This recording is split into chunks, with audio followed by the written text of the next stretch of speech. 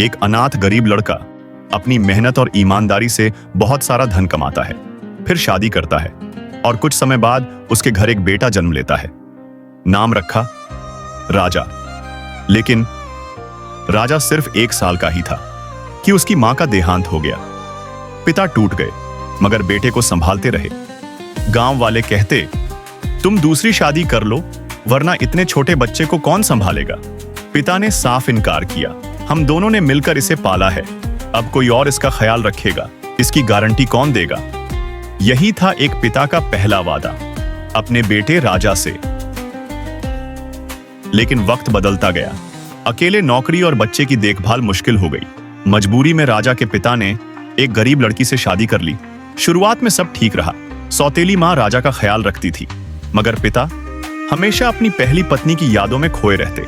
धीरे धीरे बीमार पड़ गए।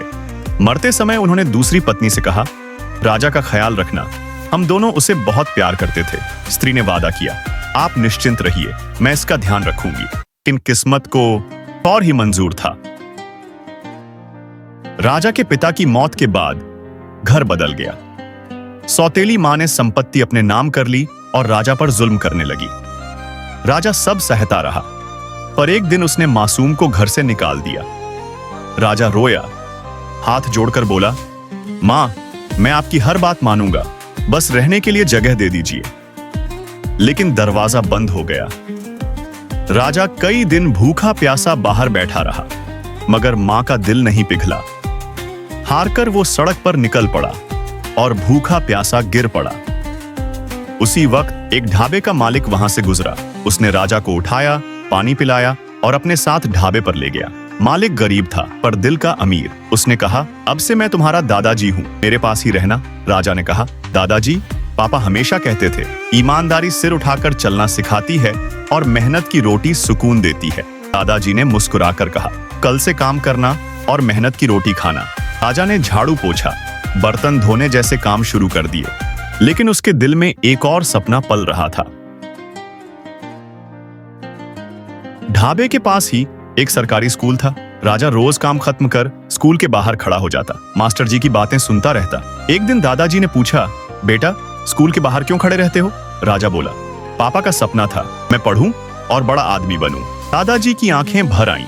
बोले, बेटा, चिंता मत करो, स्कूल सरकारी है, सब कुछ मुफ्त मिलेगा, बस कपड़े और कॉपी कलम का खर्च होगा और वो मैं उठा लूंगा। राजा की नई जिंदगी की शुरुआत तो हो गई, मगर तकलीफें अभी बाकी थीं। स्कूल में कुछ बच्चे उसके फटे कपड़ों का मजाक उड़ाते। कभी कहते, ये तो ढाबे पर बर्तन धोता है, इसकी औकात पढ़ाई करने की नहीं। बस मन ही मन कहता, पापा, मैं आपका सपना पूरा करूंगा। कुछ अच्छे शिक्षक और 2-3 दोस्त ही उसका सहारा बने, बाकी सब बस उसे नीचा दिखाने की कोशिश करते रहे। फिर भी राजा हार नहीं मानता था। दिन में ढाबे पर काम और रात को टिमटिमाती लालटेन में पढ़ाई। उधर राजा की सौतेली मां ठाठ बाट से जी रही थी। लेकिन किस्मत का पहिया पलट गया। अचानक वो गंभीर बीमार पड़ गई। इलाज कराते कराते सारा पैसा खत्म हो गया, यहाँ तक कि उनका खूबसूरत घर भी बिक गया। गांव में बड़ा अस्पताल नहीं था, इसलिए शहर ले जाना पड़ा। डॉक्टरों ने जांच की तो कहा, दोनों किडनी खराब हो चुकी हैं। अब जिंदगी और मौत के बीच फंसी थी वो। जिस औरत ने कभी मासूम राजा को घर से निकाला था, आज वही औरत एक गिलास पानी और सहारे के लिए तरस रही थी। अहंकार टूट चुका था, चेहरे पर आंसू थे, आंखों में सिर्फ पछतावा। हॉस्पिटल में भर्ती तो हो गई, लेकिन इलाज के पैसे नहीं थे। उधर उसी हॉस्पिटल में राजा की पहली नौकरी लगी थी। अब वो डॉक्टर बन चुका था। एक दिन वार्ड में मरीज देखने पहुंचा तो सामने वही सौतेली मां थी। वक्त ने आज उसकी सारी चमक छीन ली थी। आंखों में लाचारी और शरीर में कमजोरी थी, पर उन्होंने राजा को पहचाना तक नहीं। राजा ने धीरे धीरे नर्स से सारा सच जाना। आंखें नम हो गईं। सोचने लगा, जिन्होंने मुझे घर से निकाला था, आज उन्हें सहारा देने वाला भी मैं ही हूँ। आंसू रोक न सका। राजा उन्हें देखता, पर उनके चेहरे में अपनी मां की छवि दिखाई देती। उसने हर जगह कोशिश की, पर किडनी का इंतजाम नहीं हो पाया।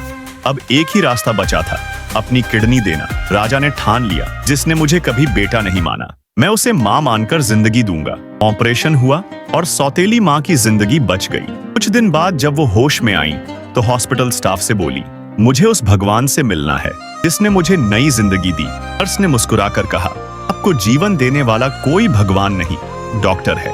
डॉक्टर का नाम है राजा। सुनकर सौतेली मां की रूह कांप उठी।